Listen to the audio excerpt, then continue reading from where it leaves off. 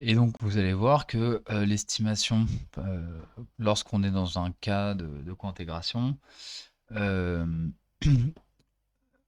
donc ça s'appelle un modèle correction d'erreur, ça va être très proche de ce qu'on faisait finalement pour les modèles VAR. Ok, donc formellement, on a un modèle qui va ressembler à ça. Et donc finalement c'est un VAR ça en fait, hein.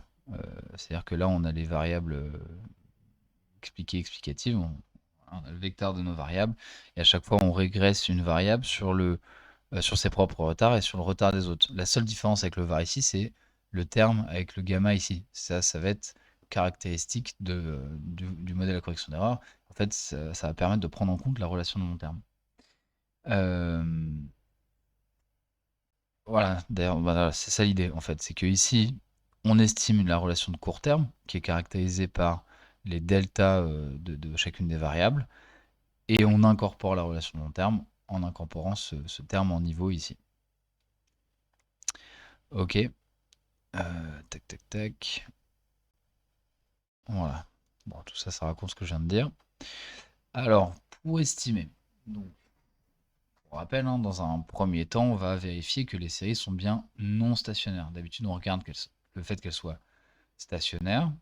Ici, on peut s'assurer qu'elles soient non stationnaires. C'est-à-dire que vous avez une problématique, hein, vous regardez la stationnarité de vos séries, et c'est plutôt à partir de là qu'il faut décider du modèle que vous allez choisir. Il ne faut pas vous dire je veux partir sur un VAR ou sur un modèle à intégration d'erreur. Il faut regarder la stationnarité de vos séries. Qu'est-ce que ça implique économiquement le fait qu'elle soit stationnaire ou non.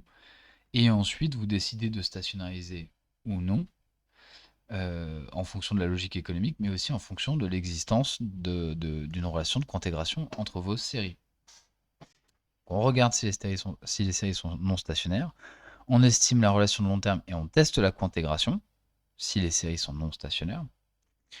Et si les séries sont cointégrées, alors on passe à l'estimation du modèle à correction d'erreur. Si les séries ne sont pas co-intégrées, dans ce cas-là, on les stationnarise et on peut passer à un modèle VAR ou ARMA. Ok. Voilà. Et si les séries sont bien co-intégrées, Engel et Granger montrent que on va pouvoir mener l'inférence statistique sur les différents paramètres qui ont été estimés.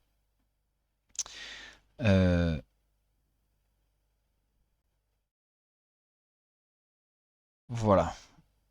Donc là, ici, on va pas aller regarder la non-stationnarité des séries parce qu'elles ont été construites pour ne pas être stationnaires, justement. On sait qu'elles sont I1 par construction. Voilà. Et on sait qu'elles sont co-intégrées parce qu'on a construit Y, justement, en fonction de X.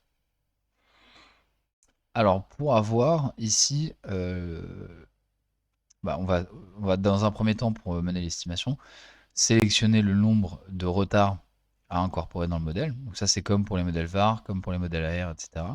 Et donc là, plutôt comme les modèles VAR, on va se fier aux différents critères d'information, AIC, BIC, FPE, HQIC. Et ici, donc là, c'est un peu particulier. Celle-là, c'est ce que je vous disais, en fait. Normalement, on devrait retenir 0 retard, ce qui n'a aucun sens, en fait, pour mener un modèle VAR ou VECM, parce que 0 retard, c'est-à-dire qu'on supprime cette partie-là. Et donc ça veut dire que le côté système du modèle n'a plus aucun sens, parce que du coup on n'a plus de lien d'une variable sur l'autre dans le temps. Donc on va retenir un retard ici dans le cadre du cours, mais normalement là vous devriez vous poser des questions si vous aviez quelque chose comme ça. Donc là on regarde en gros la ligne où il y a des étoiles pour voir quel retard est le plus significatif. En fait là ça c'est lié au problème que j'ai souligné un peu tout à l'heure, c'est que j'ai défini y en fonction de x, mais pas y en fonction de ses propres retards. Donc x, il a beau dépendre de ses propres retards, c'est pas assez fort, disons, pour que le logiciel arrive à le capter. Techniquement, il aurait fallu réussir à coder une fonction pour générer des données qui seraient issues de ce système-là. Bon, alors on l'a fait, si on a le temps, on vous montrera un peu à quoi ça ressemble et comment on fait pour aller retrouver les vraies valeurs des paramètres, etc. Fin de la parenthèse. En gros, ici, vous regardez la ligne où il y a une étoile et puis et vous retenez le nombre de retards associés à cette ligne. D'accord. alors toujours la même chose, si vous avez des critères d'information qui se contredisent les uns les autres, prenez le retard le plus faible et en robustesse, regardez ce qui se passe quand vous prenez des retards plus importants. Pour estimer le modèle à correction d'erreur, donc ça ressemble un petit peu à ce qu'on fait d'habitude. Ici, on a les variables. Ah pardon, j'ai sauté cette cellule-là. Donc ici, c'est juste pour vérifier le rang de cointégration. Donc là, en gros, c'est... Qu'est-ce que ça nous donne ça? Bah là, c'est pareil, on aurait dû avoir 0, 1, pardon. Il faudra revérifier à quoi sert cette fonction. Bon, je regarderai pour la correction de l'application. Pour estimer donc le VECM, le modèle à correction d'erreur, vous avez donc vos variables. Ici, c'est lorsque vous voulez intégrer un bloc exogène de variables, c'est-à-dire que vous auriez non seulement chacun des retards dans les variables explicatives des deux variables, mais vous pouvez ajouter d'autres variables explicatives. Ça, c'est quelque chose qu'on n'aura pas le temps de voir en cours, mais que je vous incite à regarder si ça vous intéresse. L'ordre de cointégration, donc voilà, qui est censé nous être donné par cette fonction, mais là, comme j'expliquais tout à l'heure, la cointégration n'est pas structurellement assez forte pour qu'il la capte bien. Donc ça va être le nombre de retards, j'imagine, et le fait qu'on introduise ou pas une tendance dans le modèle, et une constante. Ok, et donc là, on a les résultats du modèle, donc ça ressemble un peu à ce qu'on avait pour le VAR, si ce n'est qu'ici, on va avoir en plus les coefficients associés gamma 1, gamma 2, ici à la relation de long terme. Et donc c'est ça qui va nous intéresser entre autres, pour savoir s'il existe bien une relation de long terme entre les deux. Ici on voit qu'elle est significative, donc il y a bien une relation de cointégration. Et pour l'interprétation, bah là c'est comme pour les VAR, on a des IRF, l'interprétation ne bouge pas. Voilà, donc là le fait que les variables n'aient pas été définies proprement pour avoir une relation de cointégration implique aussi qu'on ait des IRF qui sont non significatifs dès le départ, hein. Donc ça s'interprète pas. Typiquement, si vous avez quelque chose qui ressemble à ça, ça s'interprète pas. À vous de trouver pourquoi vous avez quelque chose de non significatif.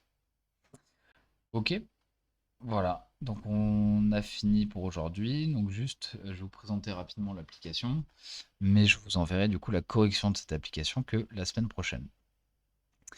Dans cette application, en fait, on a essayé de vous montrer un cas assez standard de recours à une relation de co-intégration dans la littérature économique, et notamment quelque chose qui a été fait par Borny et Mignon. Vous avez le lien vers l'article. C'est un article en français qui est qui est bien écrit, qui est plutôt pas mal. Donc, si vous voulez voir un peu aussi à quoi, si vous voulez voir un petit peu à quoi peut ressembler un article enfin, qui a recours à de la co-intégration, je vous incite fortement à aller regarder ce qui a été fait ici. Comment? Et donc du coup, l'idée ici, c'est de voir, enfin plutôt en partant du constat que après la crise de la fin des années 2000, on a eu une vitesse, enfin une propagation du choc de la crise tellement rapide que du coup, on ne peut pas considérer que les marchés ne sont pas intégrés entre eux. C'est-à-dire, euh, c'est-à-dire ça, quoi. C'est-à-dire que quand il y en a un qui est impacté, l'autre va subir le choc via des relations, hein. Donc là, l'idée, oui, effectivement, c'est que les deux marchés sont intégrés. Et pour vérifier si des marchés sont intégrés, on peut mener une analyse de la co-intégration de ces marchés. Et donc, on va regarder justement la co-intégration entre les prix des actifs des différents marchés. Et donc ici, typiquement, on va s'intéresser au Dow Jones et au SP500. Au Dow Jones et au SP500, qu'est-ce que je voulais dire? Oui, on aurait pu mener un VAR ici, comme ce qu'on a fait pour l'application du VAR, en regardant les rendements. Mais là, on va s'intéresser à la relation de co-intégration, c'est-à-dire est-ce qu'à long terme, il y a bien une relation d'intégration entre ces marchés financiers. Et donc pour ça, on va plutôt privilégier un modèle à correction d'erreur. Alors petite note, pour ceux qui font des projets là-dessus, si jamais vous donc vous partez sur les relations entre deux indices ou quelque chose comme ça. Vous testez la stationnarité de vos séries. Vous vous rendez compte qu'elles ne sont pas stationnaires. Donc vous allez regarder si elles sont co-intégrées. Si elles ne sont pas co-intégrées, dans ce cas-là, vous stationnarisez vos séries et vous passez sur un var directement. Si elles sont co-intégrées, vous estimez le VECM, etc. Hein, vous obtenez vos résultats que vous pouvez interpréter, etc. À la fin, vous pouvez toujours mener une analyse d'un var en ayant stationnarisé vos séries pour voir si ça confirme vos intuitions sur le VECM, sur la relation de long terme. Voilà, bon ça c'était petite parenthèse, mais donc là l'idée c'est que on va partir comme pour la dernière application, on va partir sur des données scrappées de Yahoo Finance. Et donc c'est le même code que pour l'application, on va avoir ici le SP500 et là le Dow Jones. Donc là vous avez les deux graphiques. Vous allez voir que quand on regarde les graphiques superposés l'un sur l'autre, on a des séries qui sont